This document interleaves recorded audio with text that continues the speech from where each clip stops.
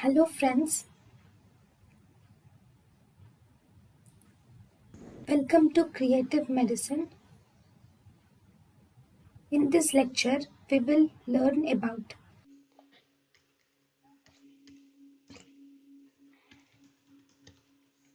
So this is Argyll Robertson pupil.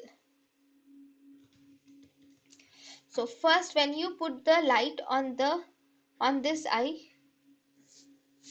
in Argyll Robertson pupil, the pupil is not reacting to light, but the pupil can react to accommodation.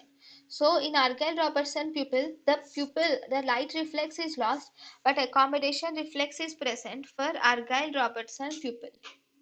So this is the picture showing Argyll Robertson pupil. thank you and thank you for watching.